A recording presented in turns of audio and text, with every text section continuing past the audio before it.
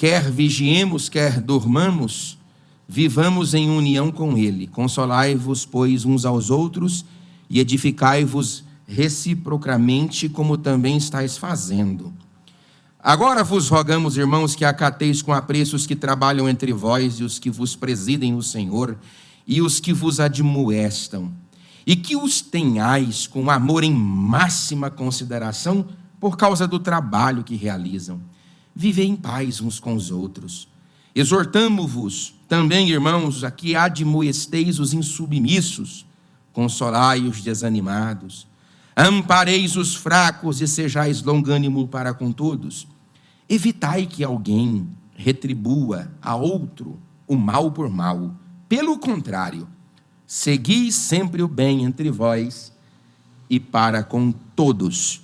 E a igreja diga: amém. Assentai-vos em nome de Jesus. Irmãos queridos, o assunto hoje é um assunto extremamente importante. E antes de adentrarmos, nós ficamos com uma pendência da semana passada, trazer alguns esclarecimentos concernente à segunda vinda de Jesus Cristo, porque eu tenho aqui algumas razões pelas quais a igreja deve aguardar a segunda vinda de Cristo com confiabilidade.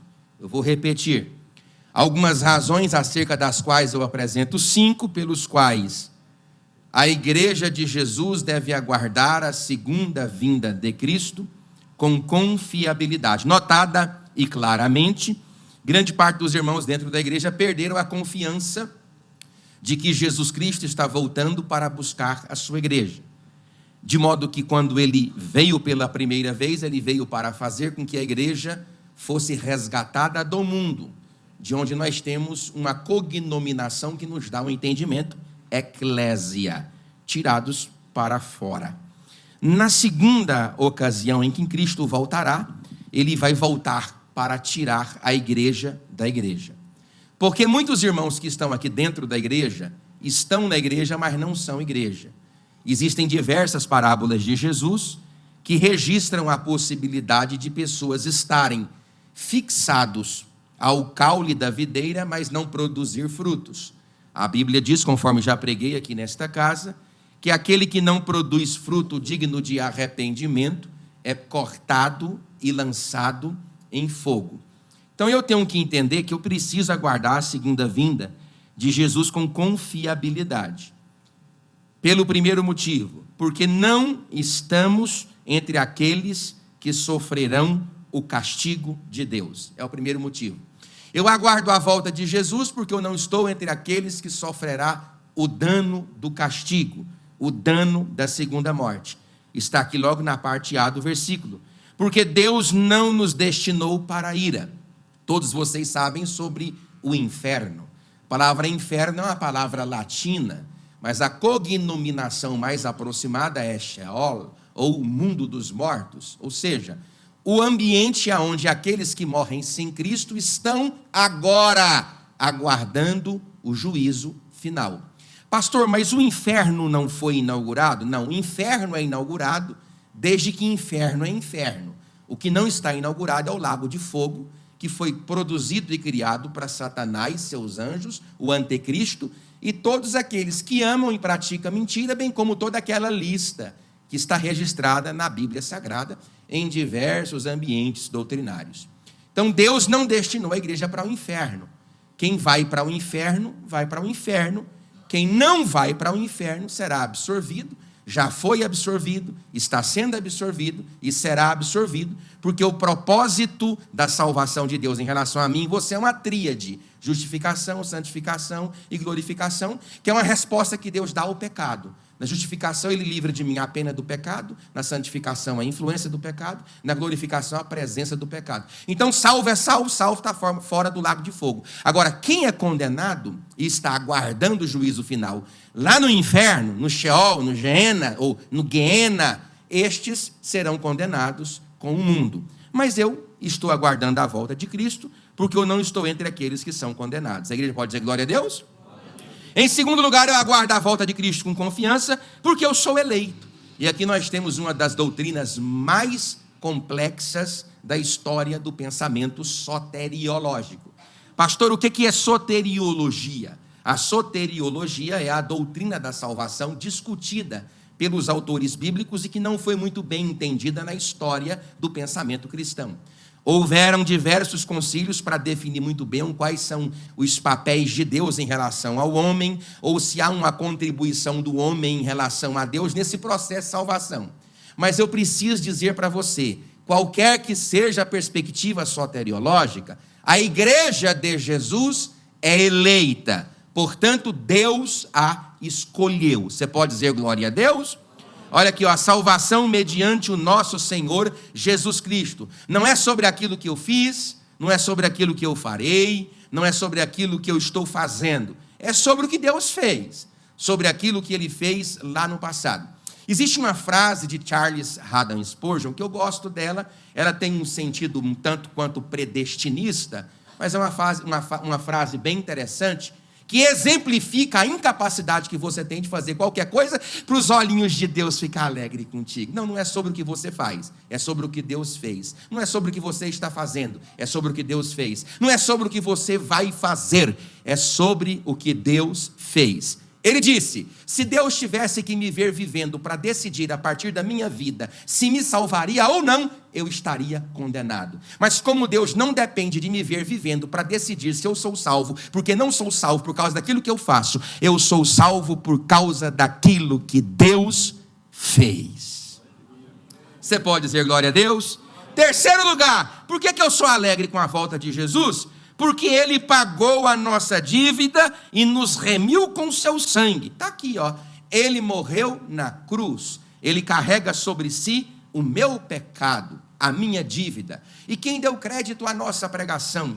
E quem se manifestou ao braço do Senhor? Porque foi subindo como um renovo perante Ele, como raiz de uma terra seca, não tinha parecer e nem formosura, era desprezado e o mais indigno entre os homens, homem de dores, como um de quem nós escondíamos o rosto, era desprezado e não fizemos dele caso algum. Todos nós andávamos desgarrados, cada um se desviando pelo seu caminho, mas o Senhor Deus fez cair sobre ele a iniquidade de nós todos. Hoje, pelas suas pisaduras, todos nós somos sarados, porque Ele cravou o meu e o teu pecado na cruz do Calvário, e por causa da morte que Ele morreu no seu lugar, Ele deu de crédito a vida que Ele ganha diante de Deus, e todos nós estamos de pé, com as mãos erguidas, dando glória a Deus no culto e doutrina, porque o meu e o teu nome está no livro da vida e do Cordeiro de Deus. Em quarto lugar, porque eu estou alegre com a volta de Cristo, pastor Roberto, porque com Cristo temos comunhão com Deus. Diga graças a Deus. E aí quando Deus olha para o pastor Roberto, para o pastor Presley, para qualquer pessoa que seja piedosa aqui, Ele não mata você, viu Pedro? Ele não te mata agora, porque os olhos de Deus estão sobre o filtro da filiação que nós herdamos em Cristo. Então, quando o Senhor Deus olha para a humanidade, Ele enxerga o sacrifício de seu Filho, para que no sacrifício do seu Filho, eu me torne filho, ou glória, de Deus conjuntamente com Ele.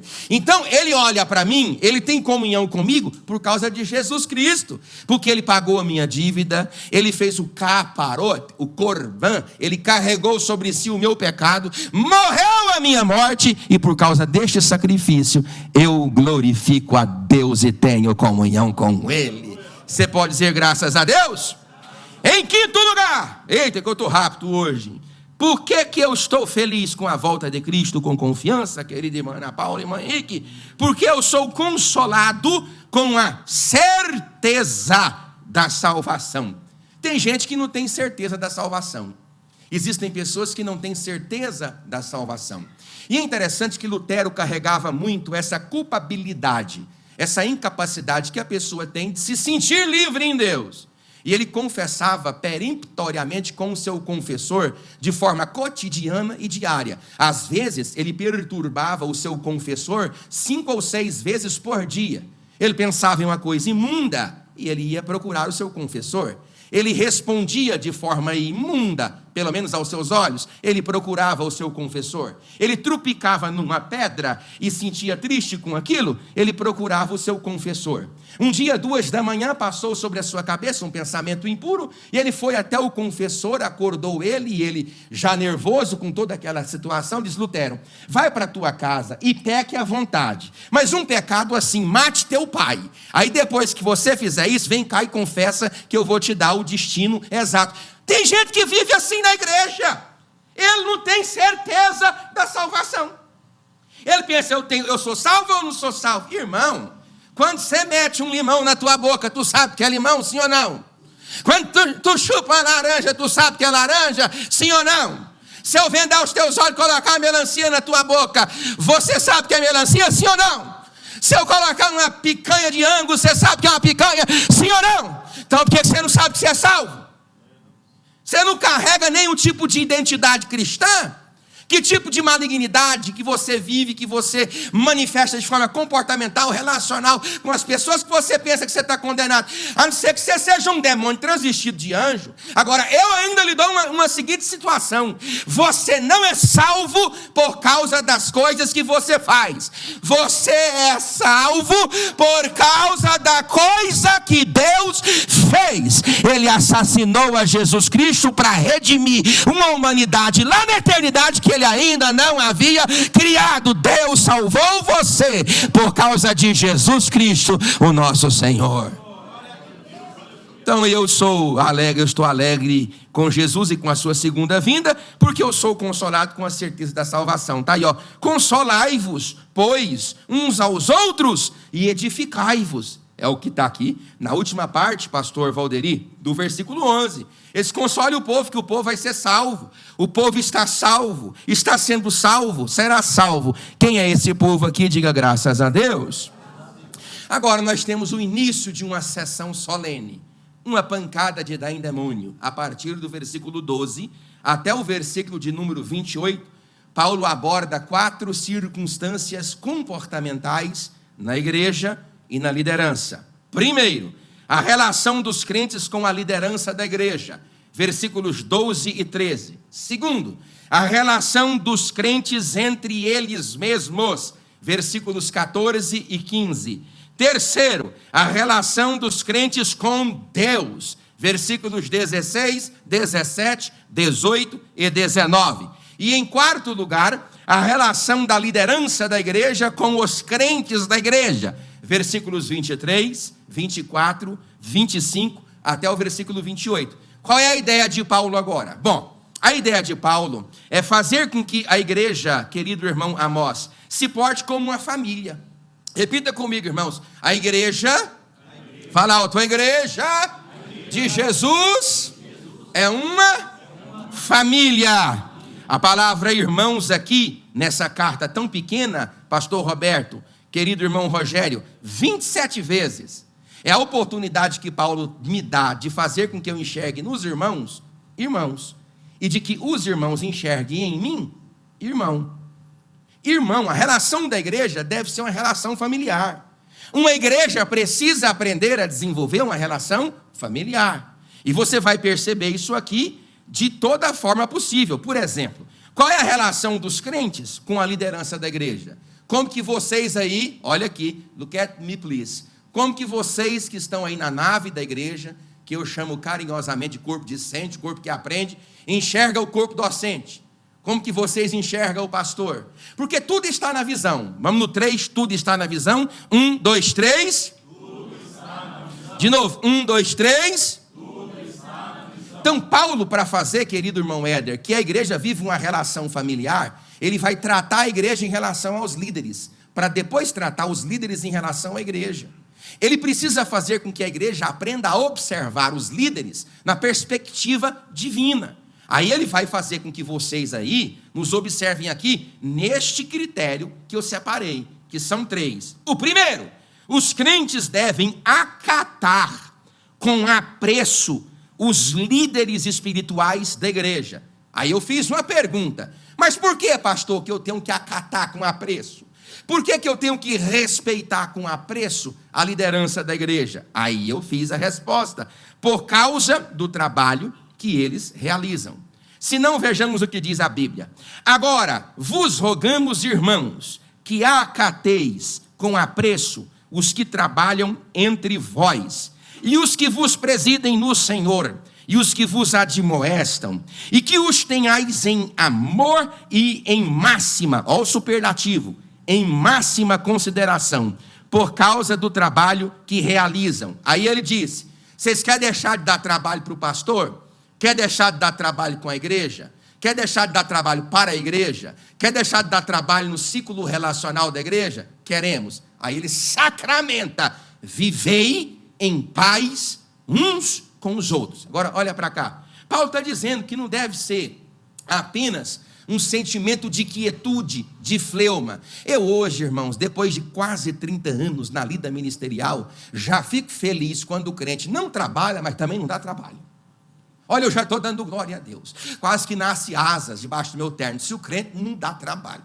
E se o obreiro não dá trabalho, para mim, oh meu Deus, é mistério de mistério. É o terceiro céu relacional. Agora nós vivemos numa época que as pessoas estão vulneráveis, as pessoas estão fracas, elas dificultam a realidade de si mesmas e fazem a projeção, projetam nos outros o dilema que elas estão vivendo. Quem faz isso? Quem faz isso sou eu.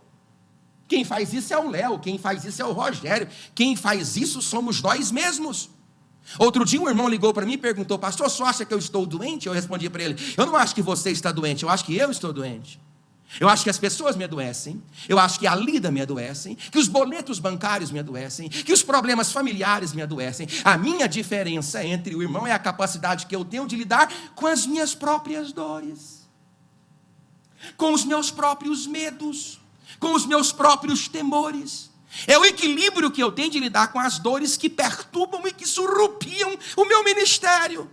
É a capacidade que eu tenho de lidar com aqueles que são insubmissos, e a gente vai tratar disso aqui daqui a pouco aqui no texto, com aqueles que são insubordinados na igreja, e a gente vai tratar. Então o que é que Paulo está fazendo? Eu preciso fazer com que os pastores e os líderes da igreja trabalhem com quietude e com tranquilidade. Aí, para fazer com que eles trabalhem tranquilos, o povo tem que ser tranquilo, porque se o povo viver em guerra, se o povo viver em dificuldade, como é que a liderança vai ter saúde emocional? É por isso que de cada 10 pastores, 7 pensam em suicídio.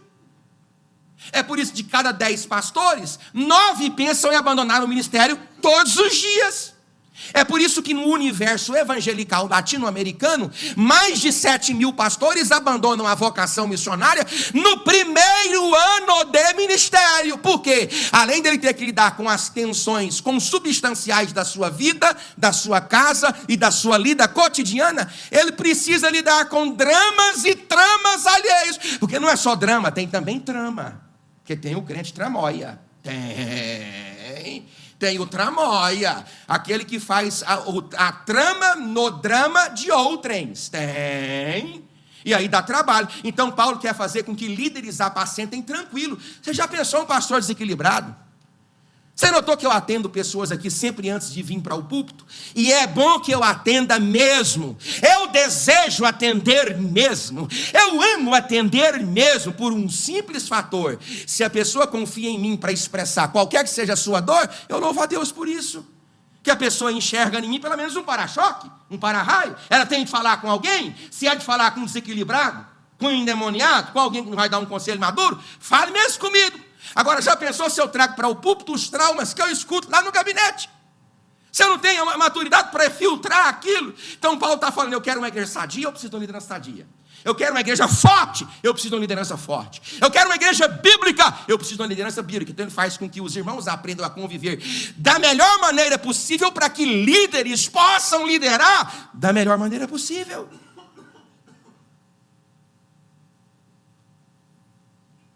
Então, por causa desse trabalho, ele fala assim: irmãos, vocês acatem com apreço os líderes, acateis com apreço os que trabalham entre vós, os que vos presidem no Senhor e os que vos admoestam. Segundo lugar, os crentes devem amar e considerar profundamente. No 3, profundamente. 1, 2, 3. De novo, 1, 2, 3. Os líderes espirituais. E essa palavra aqui, profundamente, é um empréstimo muito superficial da proposta etimológica grega. Porque a proposta grega da palavra rekperissos significa em máxima consideração. É um superlativo abusivo. Porque consideração já é consideração, mas não basta só ter consideração. É em máxima consideração.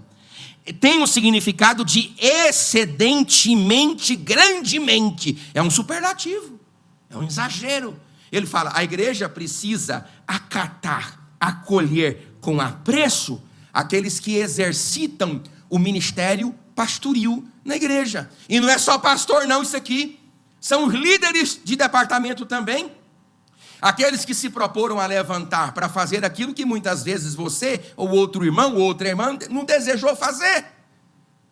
Para facilitar a liderança, irmão, irmão, quando eu comecei isso aqui, a terra ainda estava molhada da água da Arca de Noé. Da água da Arca de Noé. É briga por causa do CD. Você lembra do CD? Lembra do cassete?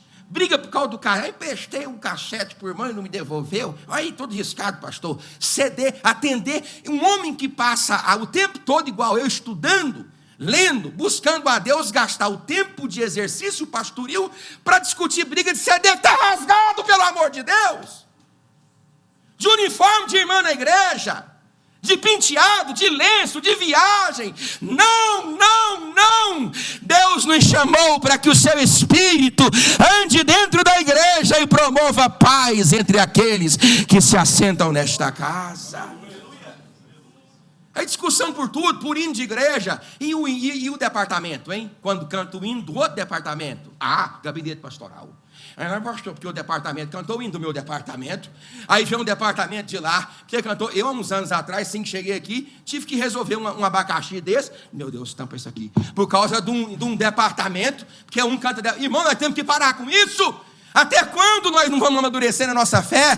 Crente tem que suportar pesada, pancada, tem que levantar a cabeça e dizer, eu vou me reerguer, eu vou reerguer a minha família, que tombem a todos do meu lado, eu permanecerei de pé, que todos desistam, eu vou seguir adiante, e o nome de Jesus será glorificado na minha vida.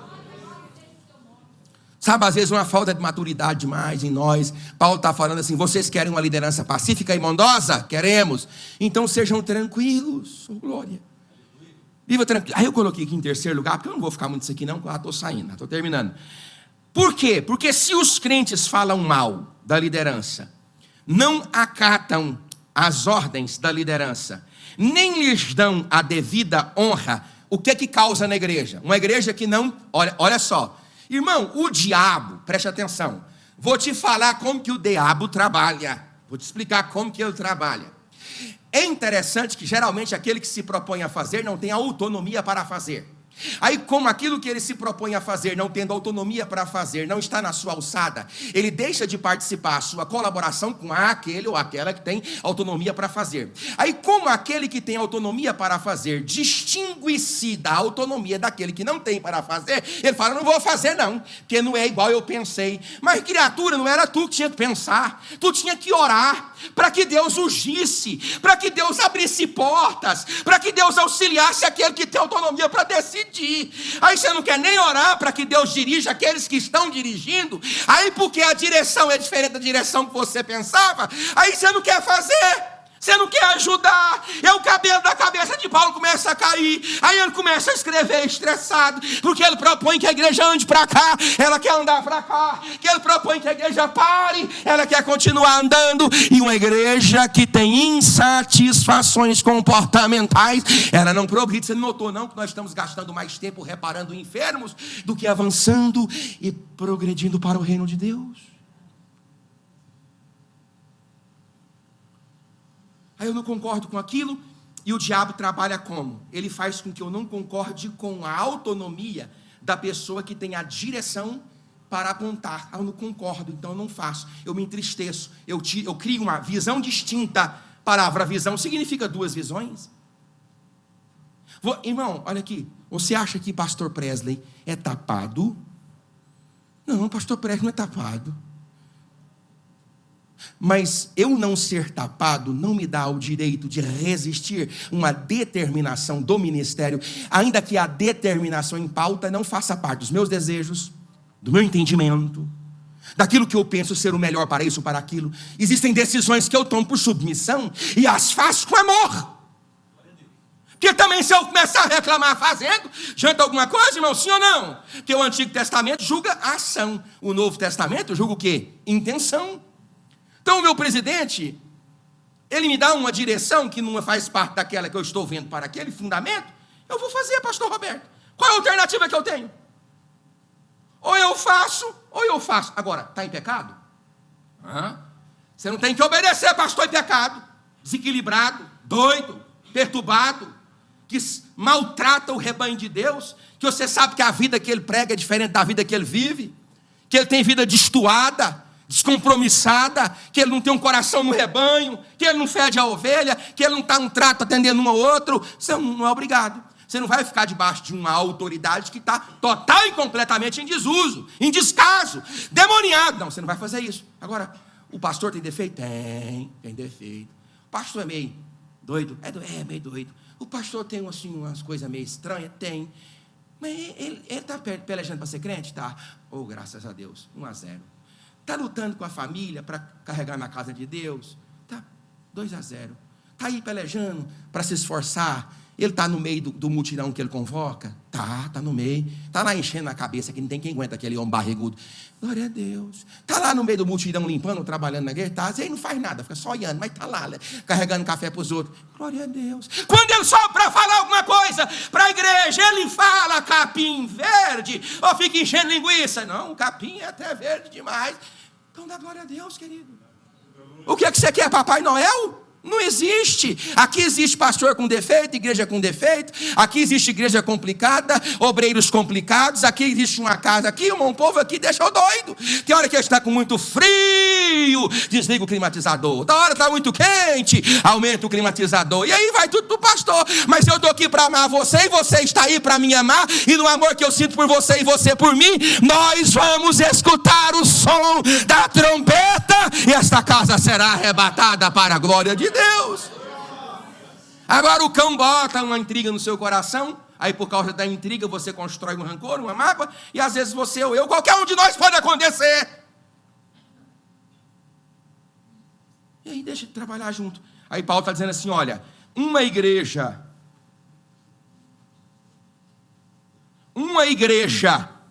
descomplicada, ela é uma igreja harmoniosa, vibrante e atuante na igreja. Agora, quando a igreja fala mal da liderança, não acata a liderança, quando não dá a devida honra à liderança, aí duas coisas acontecem. Repita comigo, desarmonia. Fala, desarmonia. Você sabe o que é a palavra harmonia no grego?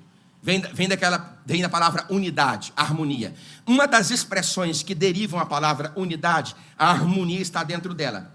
A harmonia é um dos ingredientes mais fundamentais da música. Música é a arte de manifestar os diversos afetos da natureza por meio de sons. Isso é música.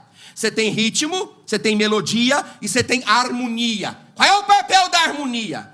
Fazer com que o som bruto e encavalado da bateria se relacione, se correlacione, se consubstancie com a doçura de uma flauta. Isso é harmonia. É um som impedante, casando-se com o doce som de uma flauta. Oh, glória! Oh, glória! Uma banda bem equipada, Diácono Amós, Vossa Excelência sabe, toca com 7 violões. Ainda que um dos 7 faça 2 ou 3 acenos vocalicamente musicais, em toda uma canção de 1 hora. Mas a harmonia dá esse privilégio.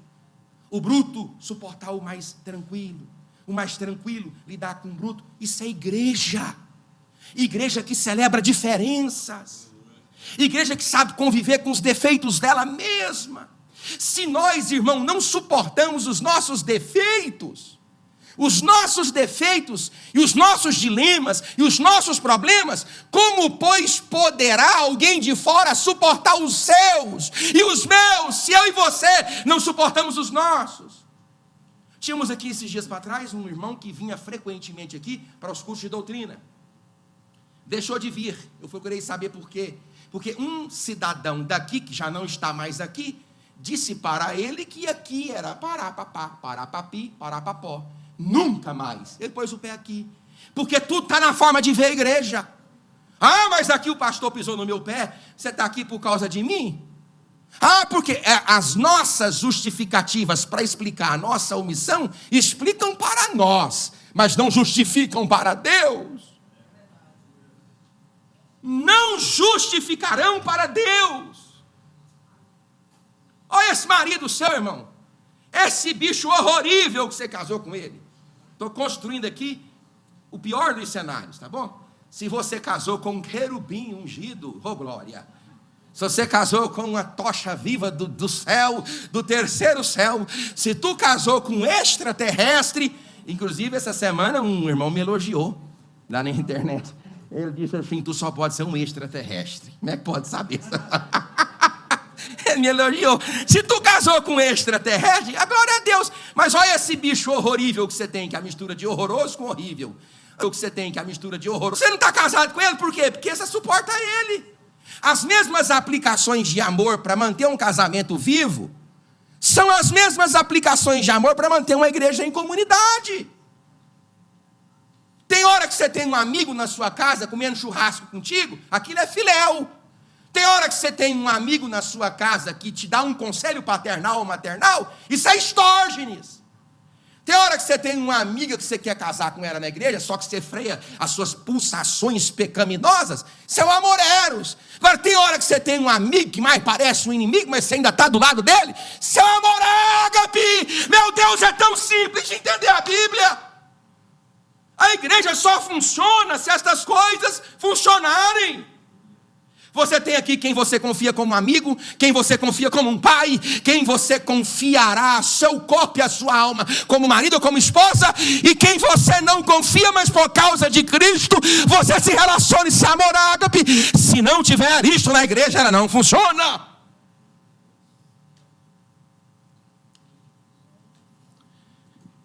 Uma liderança eficaz, ela é 5. Primeiro, uma liderança que trabalha. Oh, glória. Diga glória a Deus, igreja. Matei a igreja, hein? Matou, hein? Uma liderança que trabalha. Eu coloquei aqui, ó. A liderança é um posto de trabalho, não de privilégios. Está lá no capítulo 5 e no versículo 12. Paulo afirma que acateis com apreço os que trabalham entre vós. Vamos repetir que acateis com apreço os que trabalham entre vós. 1, 2, 3. Não, irmãos. Que acateis, vocês vão sentir saudade. Pode ficar tranquilo. E eu também senti saudade de vocês. Que acateis com apreço os que trabalham entre vós. 1, 2, 3. Que acateis com apreço os que trabalham entre vós. De novo, 1, 2, 3. Que acateis com apreço os que trabalham entre vós. Então, uma liderança eficaz, uma liderança que trabalha. Qual é o trabalho de uma liderança? Aqui está falando de 3 trabalhos, pastor Roberto. 3 trabalhos que são aplicações verbais do texto. São 3 trabalhos. Quantos trabalhos, irmãos? 3. Repita comigo. Os que trabalham, os que admoestam e os que presidem. Então esse é o ofício sacerdotal. Ele trabalha, ele admoesta e ele preside. Pastor é o mentor da igreja. A palavra pastor no hebraico é roi. Eles inventaram aí um rei no final, mas a palavra é resh, cabeça, rain, olhos e yud, braço. Pastor é aquele que mentaliza, pastor é aquele que vê, pastor é aquele que guia para com o cajado e guia para com a vara. Tem dia que o pastor está um doce que só mel, tem dia que ele está mais áspero, ele cutuca com a vara. É natural do pastor, mas é o trabalho dele. Porque a perspecção de um pastor em relação aos nossos dilemas são muito mais abrangentes do que os seus. São muito mais aguçados do que os seus. Por isso você tem que ter um pastor, às vezes, para agarrar no seu ombro e dizer, ei, levanta a cabeça. Levanta a cabeça, vamos para frente. Olha o lobo devorando aí, o diabo não vai pegar ninguém. Ele vai voltar para casa com fome, com o rabo debaixo da perna, porque há poder de Deus nesta palavra para curar a nós todos e o seu santo nome ser glorificado. Uma liderança que trabalha hoje, não sei para quem que eu disse, não sei, para um irmão da igreja, esse dia, lá no escritório, eu falei assim, você só vai até onde você enxerga. Irmão, tem gente que pensa, a pessoa vive um problema, olha só como é que é você. Olha como que é você. Você vive um problema, um dilema, aí toda a perspectiva que você tem do seu amanhã é baseada no seu hoje. Só que o hoje está tudo petecado. Aí como está tudo petecado no agora, pastor Roberto, as perspectivas que eu tenho do amanhã são baseadas na perspectiva do que eu tenho agora. Mas Deus sempre nos convida a olhar para além das montanhas.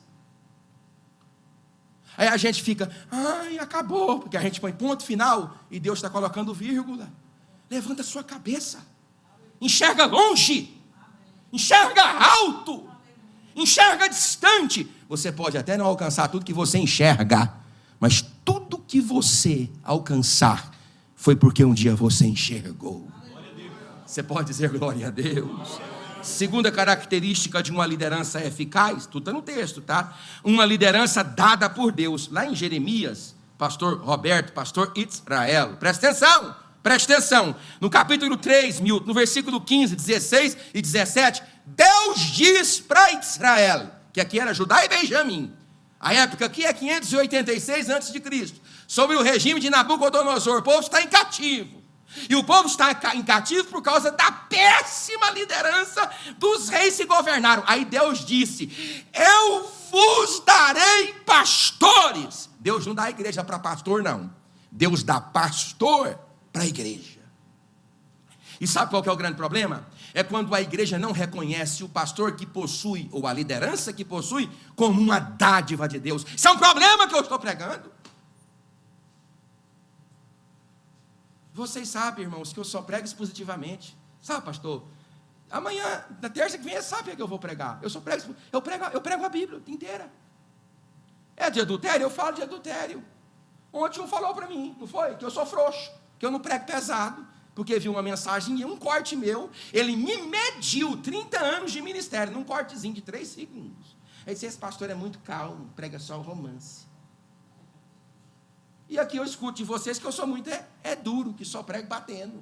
Aí eu prego calma, eu prego batendo, eu prego o que a Bíblia manda eu pregar. Tem hora que eu exagero um pouco? Tem, por causa da minha personalidade. Tem hora que eu